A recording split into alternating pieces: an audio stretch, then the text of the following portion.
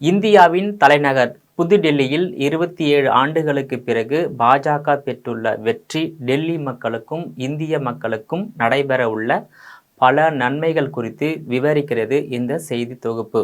மத்தியில் தொடர்ந்து 3வது முறையாக ஆட்சி செய்து வரும் பிரதமர் நரேந்திர மோடி தலைமையிலான பாஜக அரசு 2024 நடைபெற்ற நாடாளுமன்ற தேர்தல் வெற்றிக்கு பிறகு இந்தியாவில் உள்ள மாநிலங்களில் நடைபெற்ற சட்டமன்ற தேர்தலில் மகாராஷ்டிரா, ஹரியானாவை தொடர்ந்து தற்போது தலைநகர் புதுடெல்லியில் பெற்றுள்ள வெற்றி பாஜகவின் ராஜ்யசபா உறுப்பினர்கள் எண்ணிக்கை அதிகரிக்க வித்திட்டுள்ளது என்றுதான் சொல்ல வேண்டும். ராஜ்யசபா உறுப்பினர்கள் எண்ணிக்கை உயர்வால் பொது சிவில் சட்டம், ஒரே நாடு ஒரே தேர்தல், வகுப்பு வாரிய மசோதாக்கள் வரும் ஆண்டுகளில் படிப்படியாக நிறைவேற இருக்கும் தடைகள் விலகி பீகார் தேர்தலுக்கு பின் ஒவ்வொன்றாக நிறைவேற்றப்படும் என்றும் எதிர்பார்க்கப்படுகிறது. இந்தியாவின் தலைநகர் டெல்லியில் ஆளுநர், முதல்வர் இடையே சுமூக உறவு ஏற்படும். மக்களவை, மாநிலங்களவை, சர்வதேச நாடுகளின் தூதரகம் உள்பட முக்கிய தலைவர்களை கொண்டுள்ள தலைநகர் பாதுகாப்பு விவகாரங்களில் ஒத்திசைவு இருக்கும் என்றும் எதிர்பார்க்கப்படுகிறது. புதுடில்லி பெருநகராட்சி தேர்தல் நடைமுறைகளிலும் மாற்றம் வரும் என்றும் எதிர்பார்க்கப்படுகிறது. இந்தியாவிலேயே அதிகமாக ஒரே நாடு ஒரே ரேஷன் அட்டை மூலம் டெல்லியில் சுமார் 50 லட்சம் பேர் பயன்பெறுவது போன்ற பல்வேறு மத்திய அரசு திட்டங்களை மத்திய அரசு முடுக்கி விடுவார்கள் என்றும் தெரிவிக்கின்றனர்.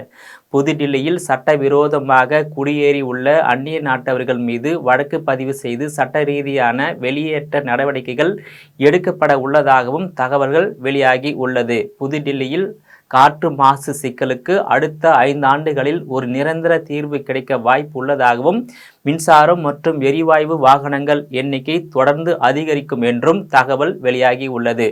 மாநில அரசின் நிதி ஒதுக்கீடு தாமதம், கோப்புகளுக்கு விரைவான ஒப்புதல் நடக்கும். புதிய பாராளுமன்றம், சென்ட்ரல் விஸ்டா, துவாரகா போன்ற உள்கட்டமைப்பு திட்டங்கள் செயலாக்கம் வலுப்பெறும். அதிவேக ரயில் தடங்கள், வெளிவட்ட சாலைகள், மெட்ரோ வழித்தடங்கள் விரிவாக்கம் என்ற பிற வேலைகளும் வேகம் எடுக்கும் என்று டெல்லி மக்கள் மத்தியில் எதிர்பார்ப்பு எழுந்துள்ளது.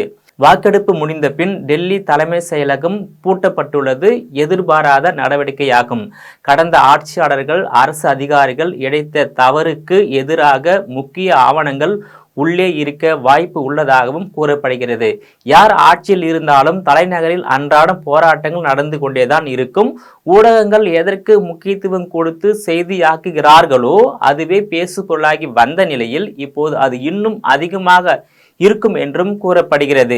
மத்திய பாஜக அரசு மற்றும் டெல்லி யூனியன் பிரதேச பாஜக அரசு இவற்றையெல்லாம் எப்படி சமாளிக்கும் என்பது சுவாரஸ்யமாக இருக்கும் என்பதில் சந்தேகம் இல்லை.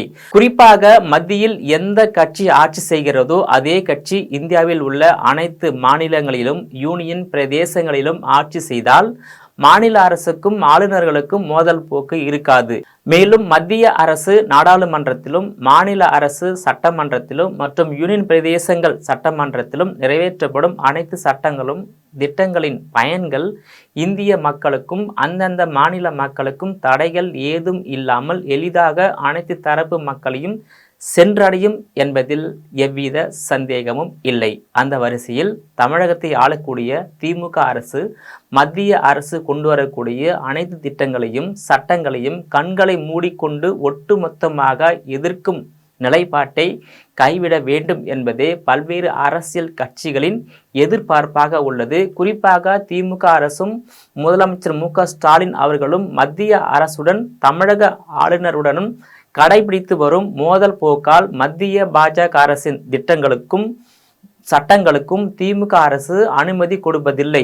திமுக அரசு கொண்டு வரக்கூடிய திட்டங்களுக்கும் சட்டங்களுக்கும் மத்திய அரசும் ஆளுநரும் அனுமதி கொடுப்பதில்லை. இதனால் பாதிக்கப்படுவது தமிழ்நாட்டு மக்கள் என்பதை மத்திய அரசும் மாநில அரசும் சிந்திக்க வேண்டும். எனவே முதலில் திமுக அரசு மத்திய அரசுடன் இணக்கமான அணுகுமுறையை கடைபிடித்தால் மட்டுமே திமுக அரசுக்கும் நல்லது, தமிழ்நாட்டு மக்களுக்கும் நல்லது என்பதை முதலமைச்சர் மற்றும் திமுக கூட்டணியில் உள்ள பல்வேறு அரசியல் கட்சிகள் உணர்ந்து சுயநலமில்லாத நாகரிகமான முறையில் அரசியல் செய்ய வேண்டும் என்பதே தமிழக மக்களின், நாட்டு மக்களின் கோரிக்கையாக உள்ளது.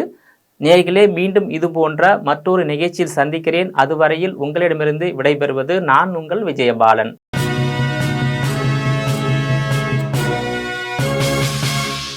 உடனுக்குடன் அப்டேட் தெரிந்து கொள்ள ஜெம் டிவி தமிழ் ஆப்பை இன்ஸ்டால் செய்யவும்.